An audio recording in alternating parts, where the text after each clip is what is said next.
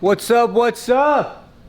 More watch content review today. As you know, if you've been following the channel, I've been getting into watches. So I just got a new package here all the way from New Jersey from Seiko Ecom. That's right, I picked up a Seiko. I know I've been showing you guys some Omegas, some Rolexes and all of that, which obviously, you know, as a watch collector, those are kind of the brand you're going for. And as I've been doing more research, I've come to find out that Seiko is one of the best watchmakers that we have in the world. They actually sell more watches than all of the Swiss watchmakers like combined. They have a very, very friendly entry point.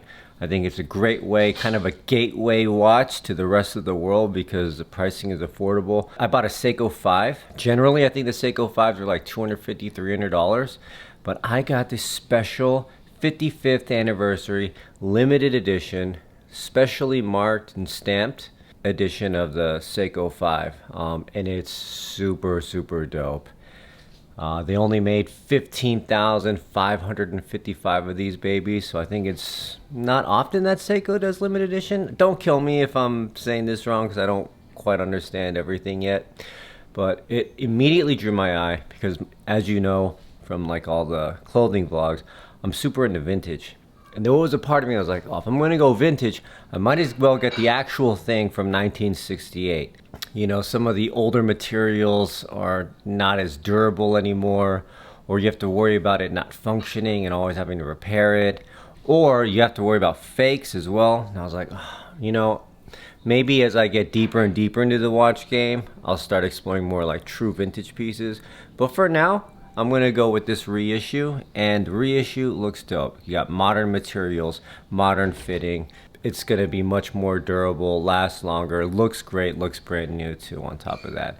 But, you know, there is a part of me that, as a collector, that knows deep down inside, even though I don't know much about the watch game, that the actual vintage is more sought after, more collectible than a reissue. And that's gonna be the same for any cars, clothing, guitars, anything that I actually collect. We all baseball cards. The actual vintage is what's collectible and sought after the most. But in terms of just style, swag, you know, usability, I fuck with this reissue, and it's very vintage looking, very retro modern, right up my alley. It's gonna go with everything that I wear. Dress it up, dress it down. My favorite type of accessory or clothing is a type that is versatile, and this baby is versatile and very, very sexy. Hey bro, can I get a coffee?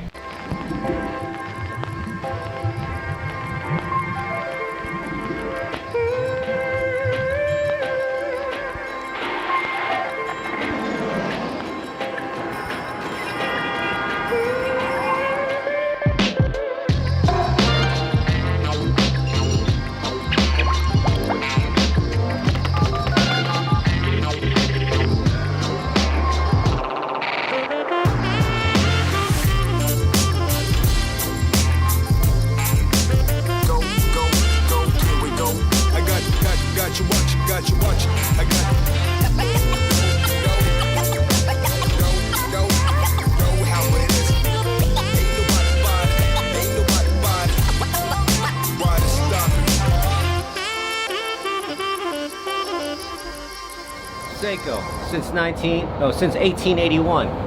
Damn, they were founded 100 years before I was born. All right, here we go.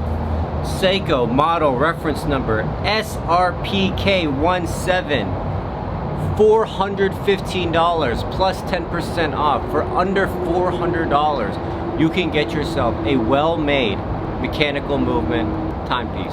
Oh! Look at that. Another outer sleeve. Alright, here we go. There it is.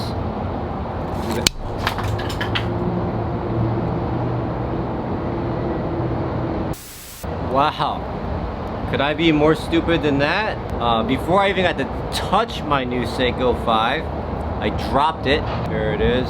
Beauty, beauty. I'm examining it right now. I just picked it up. It seems to be okay.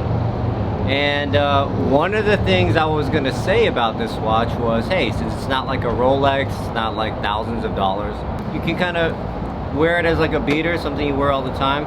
I did not mean to just drop it right out the box. That was not the intent. But after dropping it, I will say there's nothing wrong with it. Wow, takes a beating and keeps on ticking. I know that's Timex. For $400, I thought it was gonna be very, very light. I didn't think it was gonna feel substantial. It's actually pretty heavy. Feels good in the hand. When I put it on my wrist, I'm sure I'm gonna be able to feel it. I like the weight of this, but it's not too heavy where it's like uncomfortable. My first impression is that, man, it's really, really beautiful. I wish I hadn't dropped it. I don't know if you guys can see, but that red lollipop secondhand looks amazing. I love the band on this too. Very retro, very 60s and 70s, this kind of flat iron link. There's only one crown pusher.